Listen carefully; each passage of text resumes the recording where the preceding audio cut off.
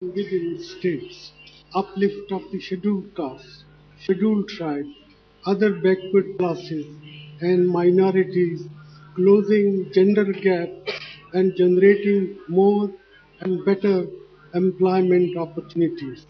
Our policies have been designed to fulfill these objectives. Madam, I listened with great interest to the speech of the Honorable Shri Rajnath Singh ji, and the best I can do is to compare the 9 years of UPA rule with the 6 years of the NDA rule, so that our countrymen and women can draw a proper appreciation of what has been done in these 9 years. Madam, first I take the growth rate of the GDP. If you look at the period of 9 years, including the current period of slowdown, our average growth rate in these 9 years will be 7.9%. As against this, the NDA 6 years yield no more than 6%. Madam, it is true that growth in 2012 has slowed down, but nowhere else is growth profile in an upward direction. Europe is in recession, US growth rate is very low, Japan is stagnating, Brazil growth rate is less than 2%, South Africa's growth rate is 2.3%, and in the light of the prevailing global situation, our growth rate looks to be impressive even though we are not satisfied with it. Madam, inclusiveness of the growth process can be judged in many ways. The first and foremost is the concern with the well-being of our farmers, what happens to agricultural production, and as I said earlier, from 2004-5 to 2011-12, that is the UPA period, the growth rate of agricultural production and allied activities was 3.7%. The corresponding growth rate from 98-99 to 2003-4 of the NDA period was no more than 2.9%. Because agriculture has grown at a faster rate, also because of a number of inclusive policies put in place by our government, like Mahatma Gandhi National Rural Employment Guarantee Program, the per capita consumption in rural areas during the UPA period is 3.4%. In the NDA period, the per capita rural consumption was no more than 0.8%. And I come now to real wages in agriculture. Real wages in agriculture in the 11th plan period rose at an average annual rate of 6.8%. In the previous decade, the growth rate of real wages in agriculture was no more than 1.1%. Madam, with regard to poverty, in the UPA period, poverty declined at an average annual rate of 2% per annum. In the preceding 10 years, the decline was no more than 0.8%.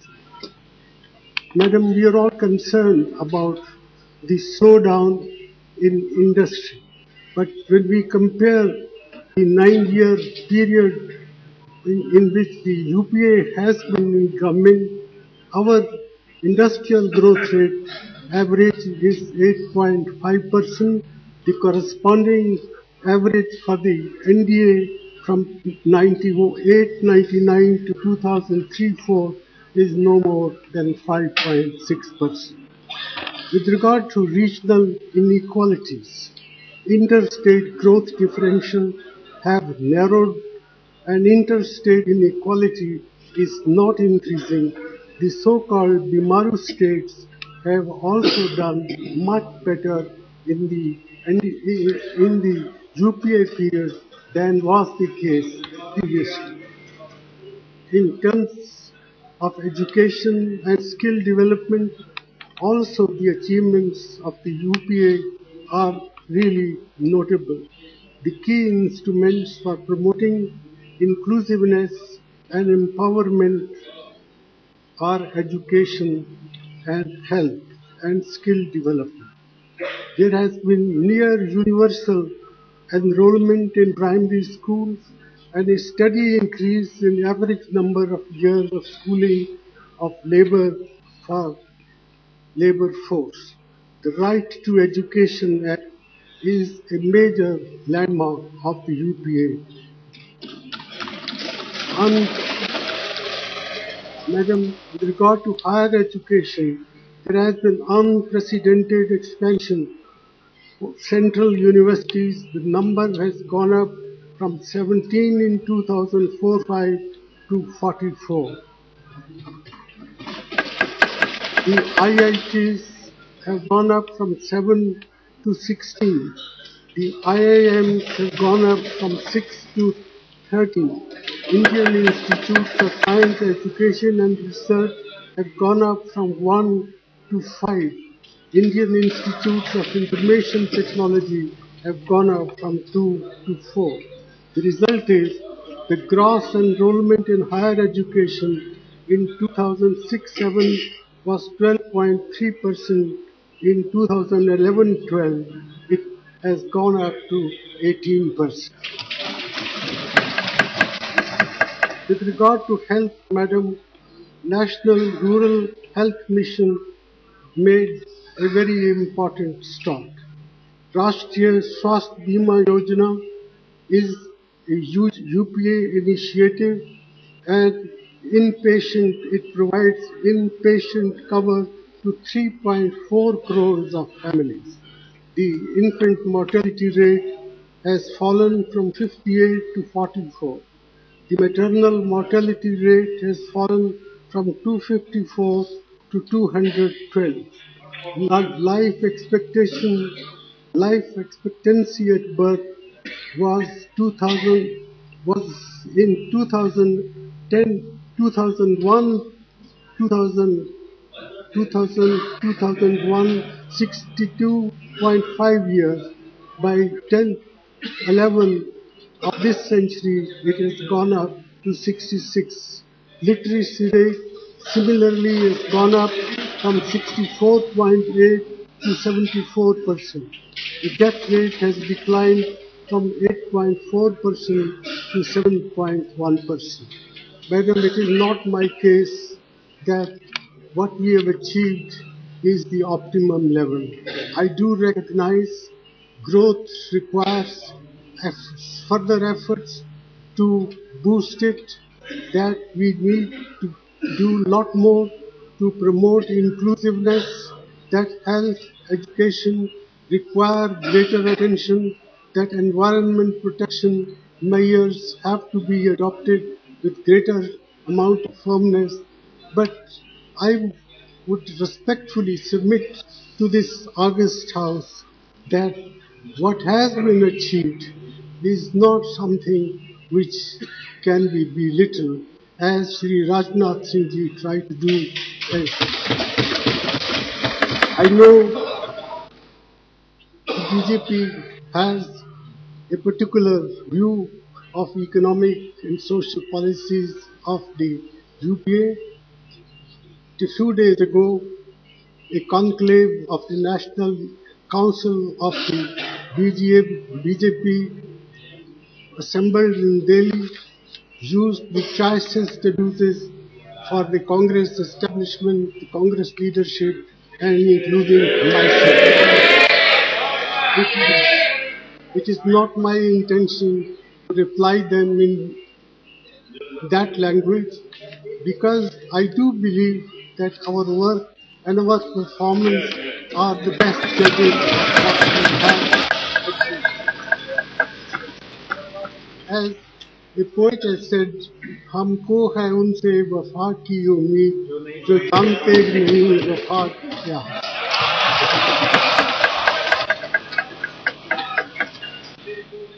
Also, madam,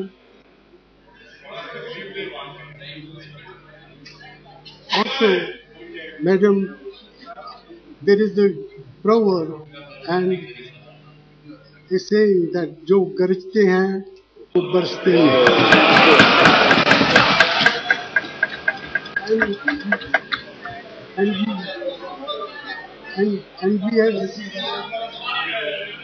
and we have seen this arrogance not for the first time.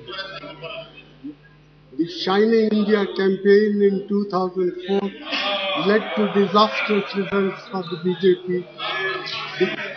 In 2009, they fielded the Iron Man Advanigi against the lamb that Manmohan Singh is, and we all know what was the result. I am convinced that if the people of India were to look at our record in these 9 or 10 years, they would repeat what they did in 2004.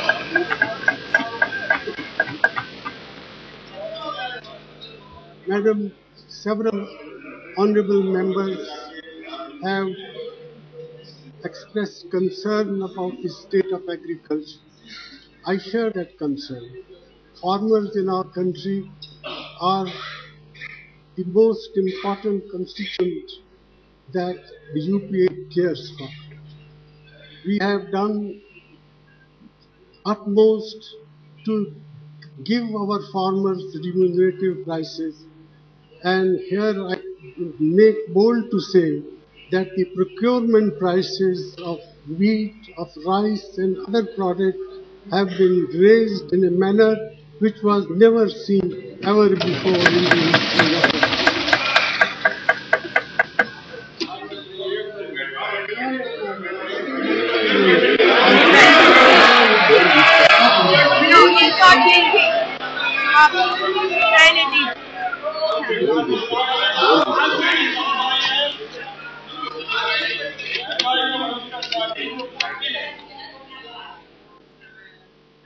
I share the concern of the honorable members on the need for focused attention to the agricultural sector. That has been our priority.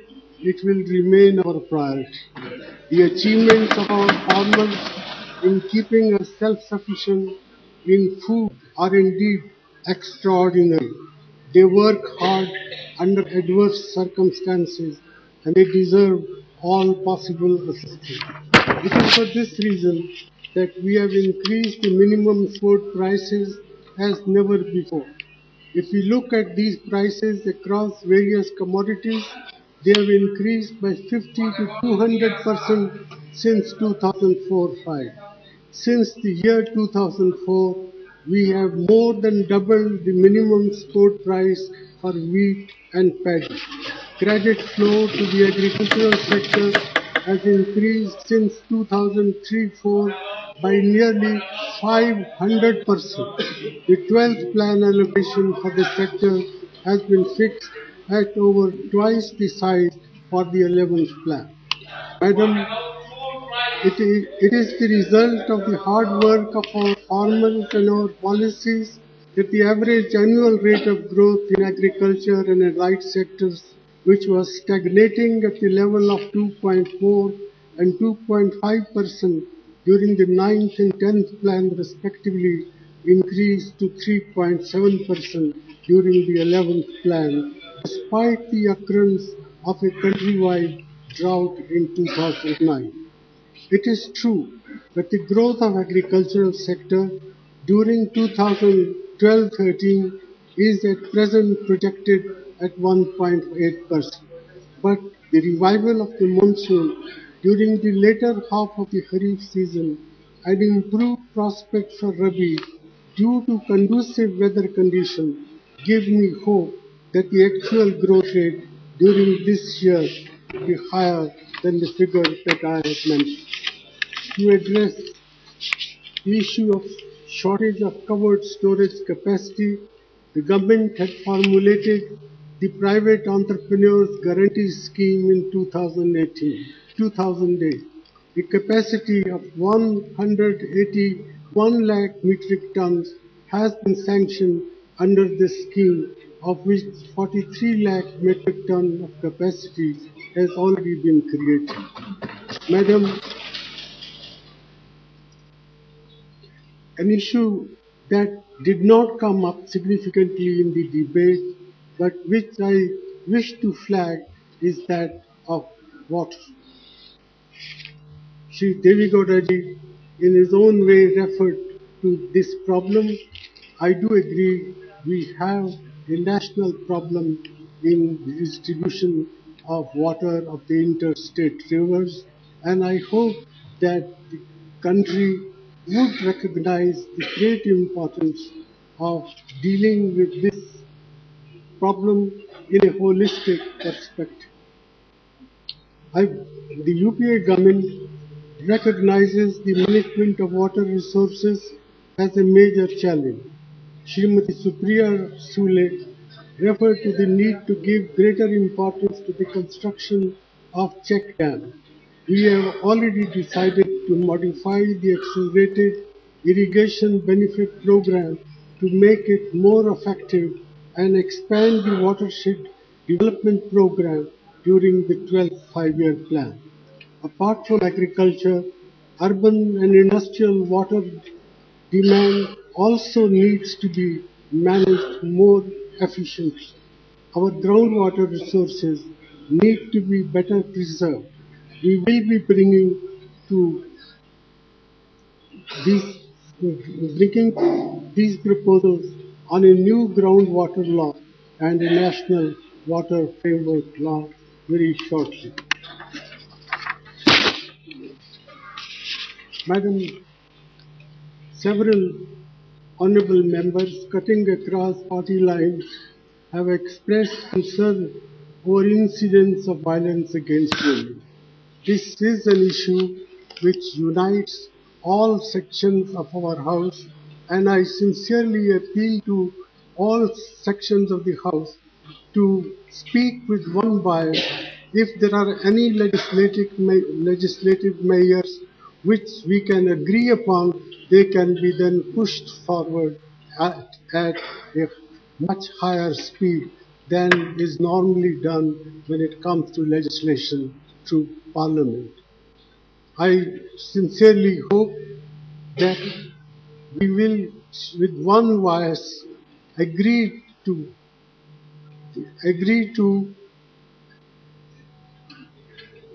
go forward in a manner which will do justice to 50% of India's population, that is our women and children. We have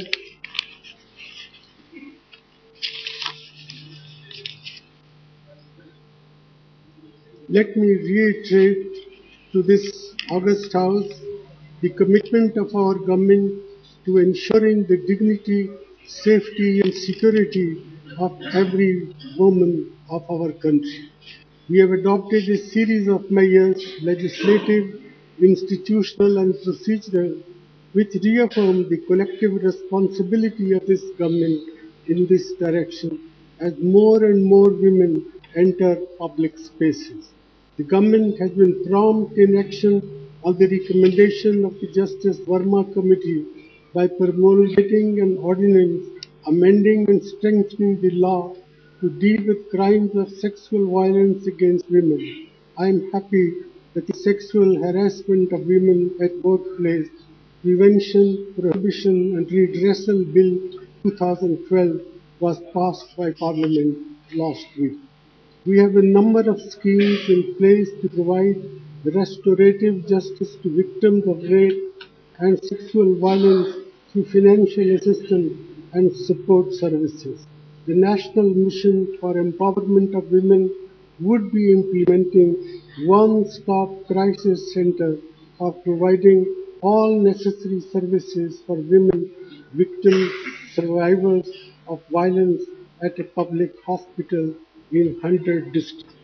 A new umbrella scheme for protection and empowerment of women and a toll-free 24 by 7 helpline for women as a central sector scheme across India is on the end. The government's resolve is further reflected in the announcement of the Finance Minister in his budget speech that an additional amount of rupees 200 crore has been allocated to the Ministry of Women and Child Development to address issues of gender discrimination. The Nirbhay Fund of 1,000 crore rupees announced by the Finance Minister is further testimony of our government solidarity with our girl children and with our women as we pledge to empower them and keep them safe and secure. However, real and effective change in the status of women in our country can come only if there is a change in our societal values. We need to collectively work towards this goal. Madam Speaker, some members have stressed the need to implement the Sachar Committee's report to raise the standard of living of the poor among the minorities. The Sachar Committee submitted its report in 2006. The government accepted 72 out of 76 recommendations made by the committee. The majority of the recommendations can be clubbed under education, access to credit, work, and special development initiatives. I believe that our government has done good work in each of these areas. The Ministry the Ministry of Minority Affairs today implements 3 scholarships and 1 fellowship schemes for minorities. During the 11th plan period, more than 1 crore students benefited from these schemes. In the year 2012-13, nearly Nothing else will go in 15% record. of the total priority sector lending has been availed of by the minority communities. In addition, the National Minorities Development and Finance Corporation has disbursed credit totaling over rupees 1,100 to nearly 5 lakh mutual beneficiaries. The Waqf Amendment Bill 2010 has been approved by the Cabinet and will be introduced during the current session of Parliament. I am also happy to inform the House that contours of a National Waqf Development Corporation will be finalized in the near future. The multi-sectoral development program to provide basic amenities was launched in 90 identified backward minority concentration districts and is now being modified to focus at the block level. An amount of rupees 3,400 crore has been released to state government on this account up to February 2003. Besides this, several social sector ministries have been mandated to provide at least 15% of the outlays for the development of minorities under the Prime Minister's 15-point program. Madam, good governance is a sign for known for the benefit of the programs of the government to be realized by our people. Towards this end, I would like to reiterate our commitment to ushering in reforms for greater transparency, probity, integrity, and accountability in governance. We are committed to the enactment of the legislations proposed in this regard, particularly the Lokpal Bill, the Whistleblower Protection Bill, and the Prevention of Bribery of Foreign Public Officials and Officials of Public International Agents Organizations Bill, which already stand introduced in Parliament. I would seek the cooperation of all members of the House for expeditious passage of these pending lines. Madam Speaker, Shri Mulayam Singh Yadav raised the issue of corruption in the implementation of MNREGA scheme and suggested its discontinuation. I would like to mention that the scheme, which is implemented through the state governments, provides a safety net to a very large number of rural families in times of distress. Our government has taken several measures to ensure transparency and accountability in the implementation of this scheme. The measures undertaken include social audits through Gram Sabhas, placement of information on critical parameters in the public domain, disbursement of wages through banks and post offices, audit by chartered accountants at the Gram Panchayat level, formulation of standard operating procedures for redress of complaints, and issue of guidelines for state-level vigilance and monitoring committees. States have been asked to set up an ombudsman or redress of grievances under the scheme in districts. The government is also considering the setting up of a concurrent evaluation office to evaluate the performance of various rural development schemes, including MNREGA, with a view to enable mid-course correction. We are committed to working with states to ensure the highest level of transparency and accountability of this significant scheme. Madam, since the UPA came to power in 2004, we have sought to the extent possible to encourage and create an international environment conducive to our primary task of transforming India. In this request, we have utilized the opportunities that existed to further India's interest by obtaining the removal of restraint and sanction regimes on India, encouraging international investment in India's development and building cooperative and peaceful relations with other powers. I can say with certainty that our standing in the world and our ability to pursue our interests has gone up in the last 9 years. There is greater international understanding now of our challenges such as terrorism, and there is a growing international acceptance of India's rightful place in the global political, economic and security architecture, including the United Nations Security Council. We have safeguarded our interests in global negotiations on such vital issues as trade and climate change. We have increased our access to markets, capital, energy, minerals, and advanced technology. When faced with challenges such as the international financial and economic crisis, we have successfully mitigated its effect on India to a considerable extent. We have safeguarded our interest in global negotiations on such vital issues as trade and climate change. We have increased our access to markets, capital, energy, mineral and advanced technology. Madam, members have raised the issue of human rights violation during the conflict in Sri Lanka and the lack of progress on reconciliation, accountability and political devolution in Sri Lanka. The government takes the sentiment expressed by members very seriously. We are firmly of the view that issues of reconciliation and political devolution in Sri Lanka need to be addressed with a sense of urgency. Past 3 years we are keeping quiet. Past 3 years government Please. We have consistently called upon the government of Sri Lanka to fulfill its public commitment for the implementation of the 13th Amendment and for building further on it so as to achieve a meaningful political settlement.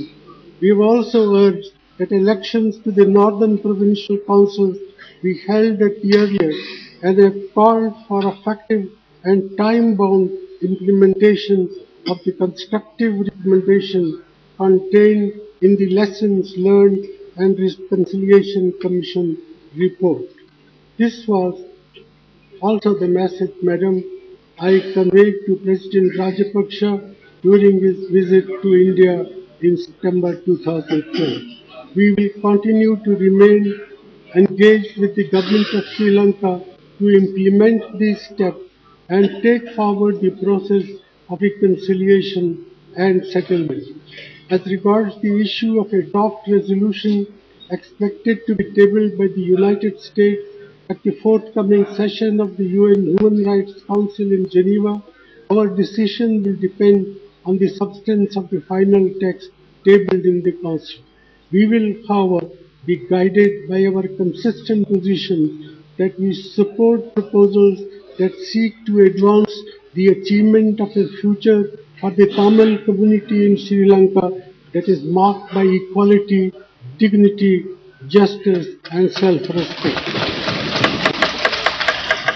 I wish to assure the House that our government will remain engaged with the government of Sri Lanka to promote a durable settlement of the Tamil problem that enables the Tamil citizens of Sri Lanka to lead a life of dignity and self-respect with equal rights. I also assured the members that we will remain engaged with the government of Sri Lanka with regard to the welfare, safety and security of our fishermen to ensure that fishermen on both sides can continue to pursue their livelihood in a safe, secure and sustainable manner. I would also like to respond to concerns raised by some members on China. At the outset, I wish to underline that India and China are two large neighboring countries with a long history of civilizational interaction. In my view, there is enough space in the world today for both countries to achieve their development aspirations. While we do have differences over the border issue, since 1988 we have evolved mechanisms to address the issues and to maintain peace and tranquility on the border. Having agreed to guiding principles and political parameters for a boundary settlement with Premier Wen Jiabao in 2005, today our special representatives are discussing a framework for settlement of the boundary. Members will understand that this is a complex and sensitive issue and that its resolution could take time. Pending a settlement, both sides are committed to maintain the status quo and peace and tranquility in the border area. Last year, our two countries established a new mechanism to ensure this. We are also agreed that differences on the boundary question should not come in the way of mutually beneficial cooperation. We will continue to manage our overall relations with China with maturity, recognizing opportunities for common development and convergence of interests with China on many regional and global issues. The new leaders of China have conveyed to me their desire to strengthen our strategic communication and to forge a better future for our relations. This is also the goal of our government. We should engage the new China confidently and constructively in a spirit of national consensus. Madam, some honorable members mentioned China's dam building activities on the upper reaches of Brahmaputra. We can and we do use diplomatic engagement and dialogue to ensure that these activities, which are taking place on Chinese territory, do not in any way harm the livelihood of our people and our ecology. We have raised these concerns with China at every level and as a result have begun dialogue and cooperation with China on trans-border rivers. Upon recent reports about new dams being planned on the upper reaches of the Brahmaputra, China officially assured us that these are run-of-the-river projects and will not result in water storage. We will also continue to assure ourselves on this regard using our own means.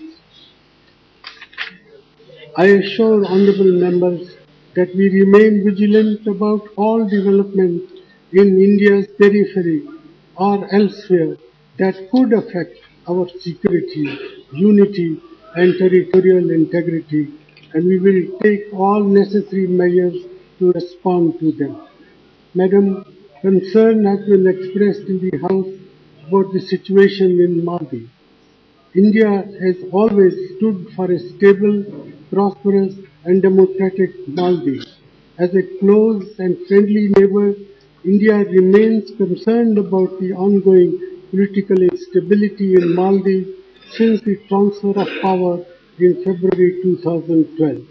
We have closely engaged with all political forces and stakeholders in Maldives and encourage them to resolve their issues through dialogue. Madam, it's our hope that Maldives will have free, fair and inclusive elections in September to elect the new president. The Election Commission of Maldives has announced that presidential election would be held in September 2030.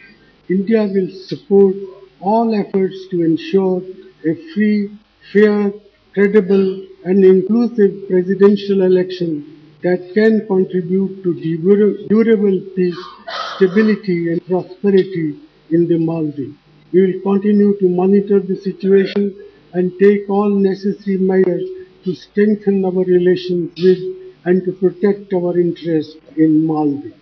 Madam Speaker, our dialogue with Pakistan continues in order to normalize our relations, promote bilateral cooperation and people-to-people contact and resolve outstanding issues. Progress has been possible in some areas like trade and people-to-people contact.